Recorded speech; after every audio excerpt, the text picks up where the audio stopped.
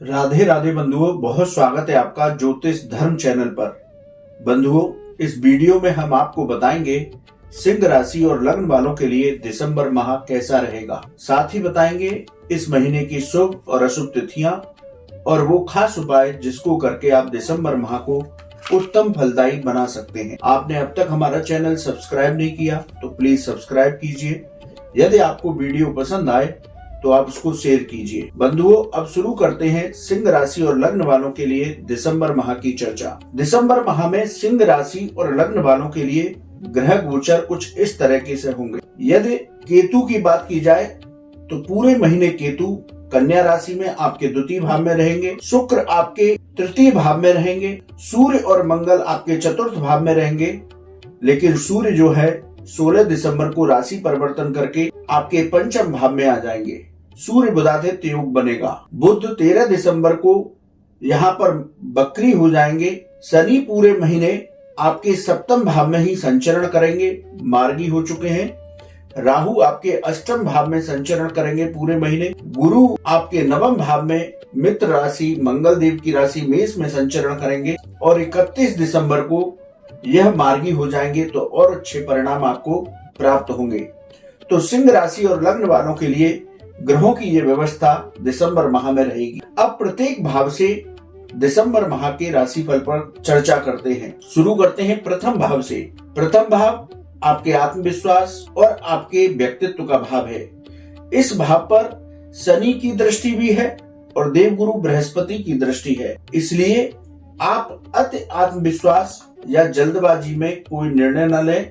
जल्दबाजी से इस पूरे महीने बचकर रहना है आपको। नौकरी और व्यापार में रुकावटें आ सकती हैं, इसलिए सिंह राशि और लग्न वालों के लिए इस महीने का सूत्र यही है कि आप धैर्य और संयम बना करके रखें। नौकरी में परिवर्तन करना चाहते हैं तो सोच विचार करके परिवर्तन करें। व्यापार में अपने से जुड़े लोगों की बातों को भी सुने, केवल अपनी ही अपनी नहीं चलानी है, क्योंकि हो सकता है कि आपके निर्णय गलत हो जाएं। सभी की सहमति से आपको व्यापार के निर्णय लेने हैं इस महीने, उसके बाद ही आगे बढ़ना है।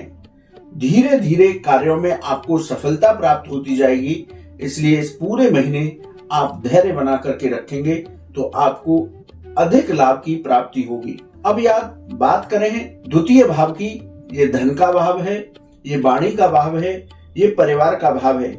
तो केतु की वजह से यहाँ पर आकस्मिक धन लाभ आपको हो सकता है। आपकी वाक्पटुता से आपके काम बनेंगे। वाणी की मधुरता को पूरे महीने बना करके रखें। परिवार की बात की जाए तो परिवार में आपके वैचारिक मतभेद हो सकते हैं, तो बचने का प्रयास करें। रुका धन आपको वापस मिल सकता है, लेकिन रुका धन वापस लेने के चक्कर में आप अपने संबंधों को अपने लोगों से न बिगाड़ें, इस बात का विशेष ध्यान रखें। अब बात करते हैं तृतीय भाव की। इसे पराक्रम भाव कहा जाता है। छोटी यात्राएं, छोटे भाई बहन और मित्रों का भाव कहा जाता है। तो इस भाव की चर्चा करें तो यहाँ पर शुक्र विराजमान है। मार्केटिंग के काम से जो लोग जुड़े हुए हैं इस महीने उनको सफलता प्राप्त होगी। आप सिंह राशि के जातक हैं और आईटी फील्ड से जुड़े हुए हैं तो आपको सफलताएं प्राप्त होंगी। इस महीने पराक्रम और सकारात्मक सोच बना करके रखिए और आगे बढ़ते रहिए, आपको सफलताएं प्राप्त होंगी। भाई बहन और मित्रों के साथ सामंजस्य बना करके रखें। मित्रों के साथ अपने संबंध बिगड़ने न दें, इस बात का विशेष रूप से ध्यान रखें। अब बात करते हैं चतुर्थ भाव की। यहाँ सूर्य और मंगल ये दोनों विक्रम योग बना रहे हैं। चतुर्थ भाव भूमि, भवन, वाहन, माता, हृदय इन सब से संबंधित है। तो 16 दिसंबर तक जब सूर्यदेव यहाँ रहेंगे तब तक जो हृदय के रोगी हैं उनको विशेष रूप से अपना ध्यान रखना है। 16 दिसंबर तक आपके प्रॉपर्टी से संबंधित काम बनेंगे और उनसे आपको लाभ प्राप्त होगा। नौकरी और व्यापार में अपनी सकारात्मक सोच बनाए रखें। मेडिकल के क्षेत्र से जो लोग जुड़े हुए हैं उनको इस महीने लाभ प्राप्त होगा। और माता की स्वास्थ्य की बात की जाए तो माता के स्वास्थ्य में इस महीने सुधार होगा। माता से आपको चिंतित होने की जरूरत नहीं है। अब बात करते हैं पंचम भाव की। पंचम भाव आकस्मिक धन लाभ भाव। संतान सुख, विद्या, इन सभी का भाव है। अब यहाँ पर बुध विराजमान है। 13 दिसंबर के बाद बुध वक्री हो जाएंगे। यहाँ गुरु का नव पंचम योग बन रहा है। इसके साथ 16 दिसंबर के बाद यहाँ पर सूर्य देव भी आ जाएंगे और सूर्य बुधादित्य योग बनेगा। तो स्टॉक मार्केट में जो लोग निवेश करते हैं उनको इस महीने लाभ प्राप्त होगा। शेयर में यदि लंबे समय के लिए निवेश करते हैं तो वो आपको लाभ देकर जाएगा। विद्यार्थी वर्ग की बात की जाए तो इस महीने विद्यार्थी वर्ग को सफलताएं प्राप्त होंगी। संतान से आपके संबंध मधुर होंगे। अब बात करते हैं छठे भाव की। छठे भाव में शनि देव जो है उनकी राशि है।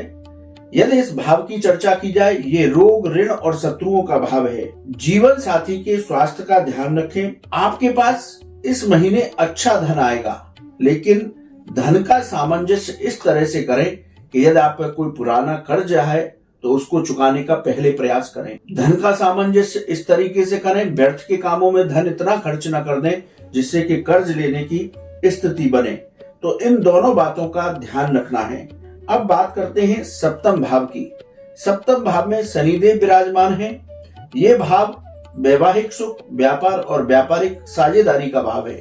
शनिदेव यहाँ पर सस योग का निर्माण कर रहे हैं जो आपके लिए बहुत उत्तम फलदायी होगा। यहाँ पर आपका वैवाहिक जीवन मधुर होगा, लेकिन छोटी छोटी बातों पर अपने जीवन साथी के साथ विवाद की स्थिति से बचकर रहे। व्यापार में आपको लाभ के अवसर प्राप्त होंगे, लेकिन यदि कोई नई व्यापारिक साझेदारी करना चाहते हैं तो उसमें सोच समझ कर ही निर्णय लें, तभी आगे बढ़ें। अब बात करते हैं अष्टम भाव की। अष्टम भाव आकस्मिक घटनाओं का भाव है और यहाँ पर राहु पूरे महीने रहेंगे देवगुरु बृहस्पति की राशि में।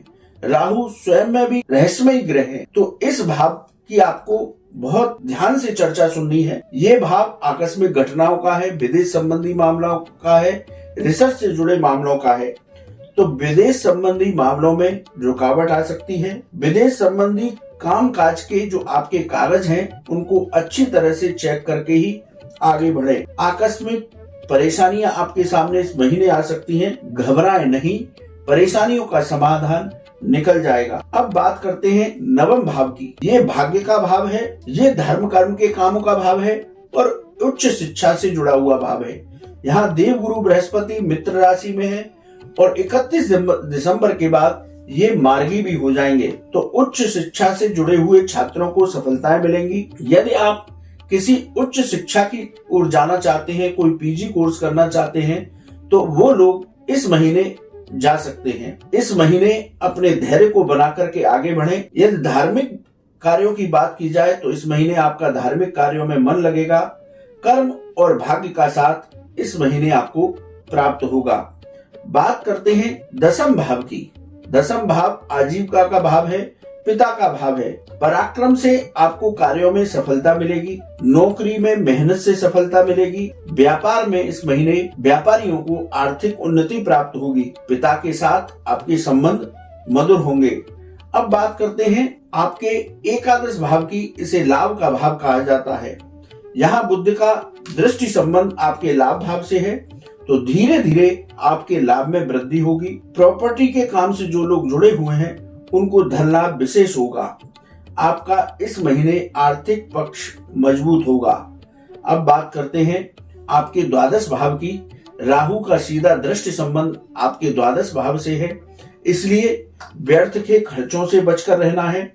आपके सामने इस महीने कुछ आकस्मिक खर्चे भी आ सकते हैं, तो इसीलिए हम शुरू से कहकर के चल रहे हैं कि धन को अच्छी तरह से आप समन्वय बना करके खर्च करें। कोर्ट कचहरी के मामलों में सावधानी बरतें। किसी से भी वाद विवाद की स्थिति से बचकर रहेंगे तो दिसंबर माह सिंह राशि और लग्न वालों के लिए बहुत उत्तम होगा।